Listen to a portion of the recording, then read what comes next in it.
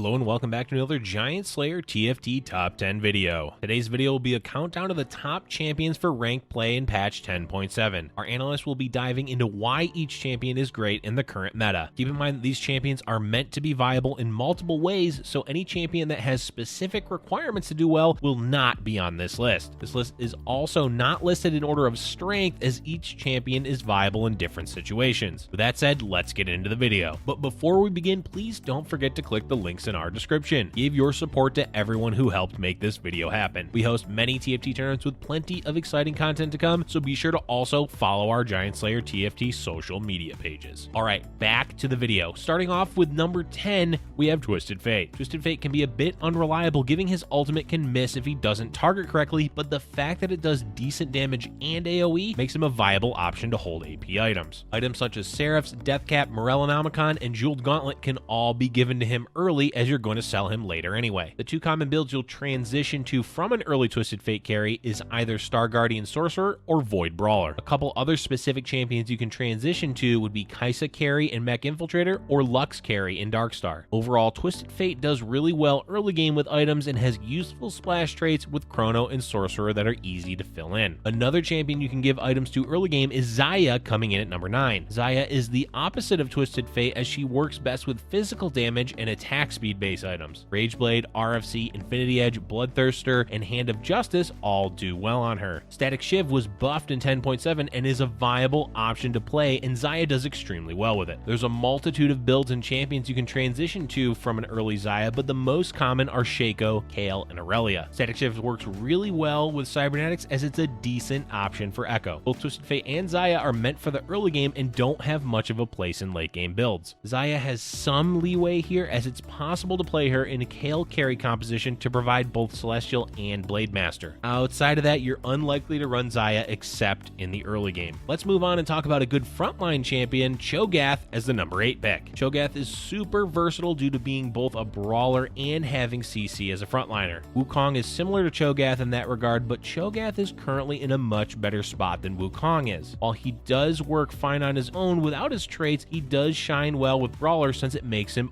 ultra hard to kill. And with the rise of the Void build in 10.7, he's being played even more. Another aspect of Cho'Gath that makes him versatile is the lack of needing to place items on him. While you can give him defensive items in general, he can do well without any items at all. If you do make something for Cho'Gath, Guardian Angel is always a viable option, since it guarantees he will get at least one ultimate off. Moving along, we have our number 7 pick, Aurelia. Whether you play her as a carry in Cybernetics or as a one-off champion to a Kale carry build, she can do insane amounts of damage, especially when you give her items like Infinity Edge. Deathcap, by the way, also works well on her, as people did the math and found out it equals about the same damage as if she had an Infinity Edge. That makes her quite flexible in how you itemize her, and if you notice a lot of Bramble Vests in the early game, you can potentially go for Deathcap on her instead of Infinity Edge. One of the best ways to play her if you're able to get it is making her an infiltrator, as she will wreak havoc on the backline. In the late game, one of the better win conditions when playing Aurelia is playing to 3-star her. This isn't easy to do because 4-cost champions can be quite difficult to 3-star, but if you scout properly and see how contested she is, it's definitely doable. This can be done at either level 8 or 9 depending on your economy, health, and composition. Let's talk about the rework to Mana Reaver for Aurelia. With it now working on all basic attacks for only 2 champions, this makes the trait fantastic to splash in at level 8 or 9. Generally, Thresh will be played at this stage of the game, but Castellan is a surprisingly decent pairing for Aurelia. Whichever champion you do play, you should always consider adding in Mana Reaver whenever you're running Aurelia. And the last consideration for Aurelia is her strength in the Lilac Nebula galaxy. Alongside Cal and maybe Jhin, Aurelia is one of the strongest picks for that galaxy and can easily net you an early win streak. Time to talk about our next pick, Lulu, coming in at number 6. Lulu is probably the best legendary champion right now, at least on her own. Echo is strong in Cybernetics, and Misfortune still deals a ton of damage, but Lulu can be flexed into any build at level 8 or 9 and still be super useful. While Mystic is a bonus, the fact is her ultimate can provide a lot of CC that most builds tend to lack. In general, she feels like one of the better counters to a lot of late game builds, since her ultimate is effective at handling any champions diving towards the backline and can shut down carries. Highly recommend you add in Lulu when possible at level 8 and 9, as there's very very few champions that will outvalue her late game. Usually you won't need to prioritize any items on her, but if you have the components to do so or find one from the carousel, Shojins can do a ton of work on Lulu. Not only does it slightly increase her starting mana so she casts sooner, but getting a second cast off quicker is huge in late game team fights. Alternatively, you can grab a Guardian Angel and throw her in the front line to force her ultimate to go off quicker. Another legendary champion worth talking about coming in at number 5 is Thresh. Thresh definitely got left in the dust in 10.6 as every other 5-cost champion outshined him, but in 10.7, he is the only one to not get nerfed. And actually, he got a buff with the rework to Mana Reaver. While Lulu is definitely more valuable to put in the late game most of the time, Thresh is also worth considering, especially in a build that has at least one other Chrono or Mana Reaver. Being able to add in extra units into the fight is valuable to be sure, especially if it's a 2-star 5-cost. Whatever you do, do not sleep on Thresh in 10.7. Alright, let's move on to the number 4 champion on the list, Lucian. This is a repeat performance for Lucian as he was also on the last top 10 champion list. Overall, not much is different for Lucian in 10.7 as he's still a solid pickup for the early and mid game. Whether you're playing cybernetics, blasters, or running him on his own,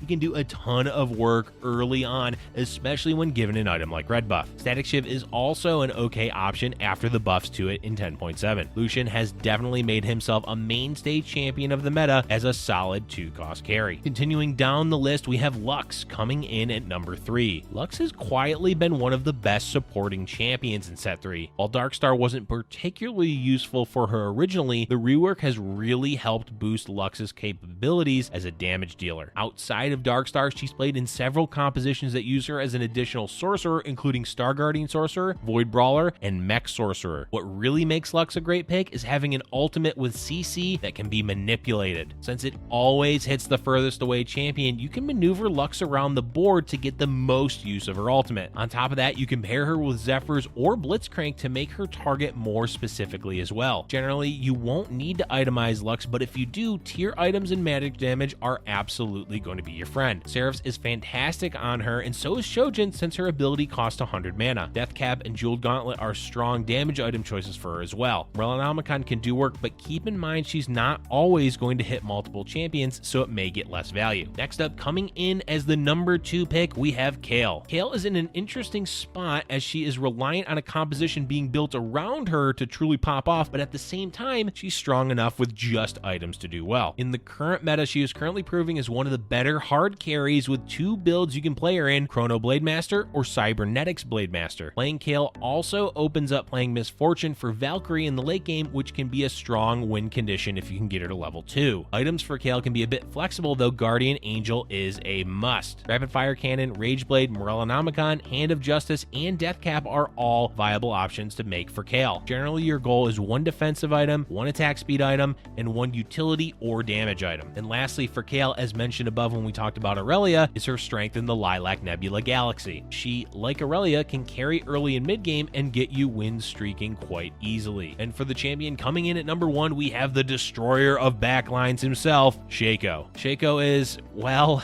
a beast, especially when you 3-star him and have full items. While 4-star 3-cost champions tend to be game-breaking, Shaco 3 can actually go toe-to-toe with a lot of them because of how much damage he can do. Sure, he's a bit reliant on getting the 3-starred version, but that's a viable option for him since he's only a 3-cost. It's much easier to 3-star him than, say, an Aurelia. Shaco is definitely one of the best carries to play for most games, which is reflected in the current dominance of Mech Infiltrator. The rule of thumb for items on Shaco is find lots of swords. Swords build into 3 different important items for Shaco. These are Bloodthirster, Infinity Edge, and Guardian Angel. There's some flexibility outside of these items, with Rapid Fire Cannon helping alleviate the typical melee champion chasing targets that can occur, and Hand of Justice is a solid damage item for any carry. That's going to be the end of our top 10 champions for ranked list. But before we go, of course, we have to talk about a few honorable mentions. This week is a bit special though, as a few of these champions are actually paired together. First up, let's talk about a pairing of champions that are honorable mention worthy, but not individually strong enough to be on the list, Darius and Graves. Together, these two are amazing early game, as getting Space Pirates rolling early on will net you a lot of extra gold.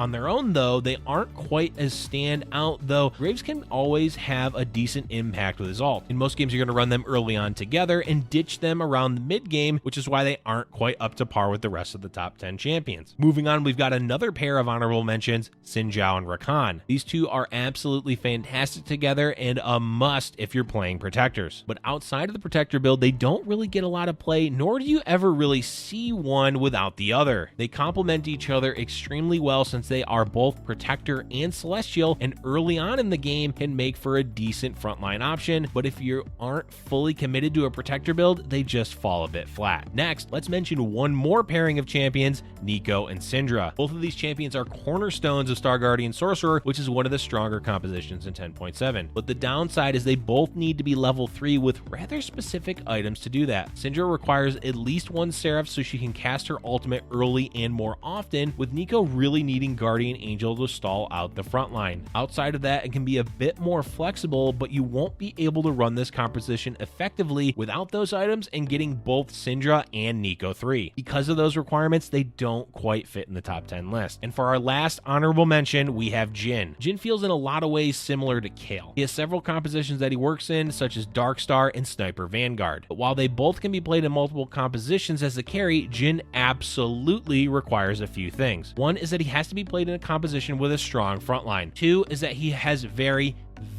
specific items and is hard to run without them. Runins, Infinity Edge, and Guardian Angel are a must for him, and without at least Guardian Angel and Runins, he feels like a much weaker overall unit. Jhin is definitely a great carry in the current build, but the specific requirements that need to be met for him really hinder him being in the top 10 list. Alright folks, that's it for today's video. Let us know in the comment section below what your thoughts are on the list and if there's any champions you think deserve to be on it. Thank you for watching, and if you're enjoying our content, be sure to hit the like button and subscribe for future Giant Slayer TFT videos.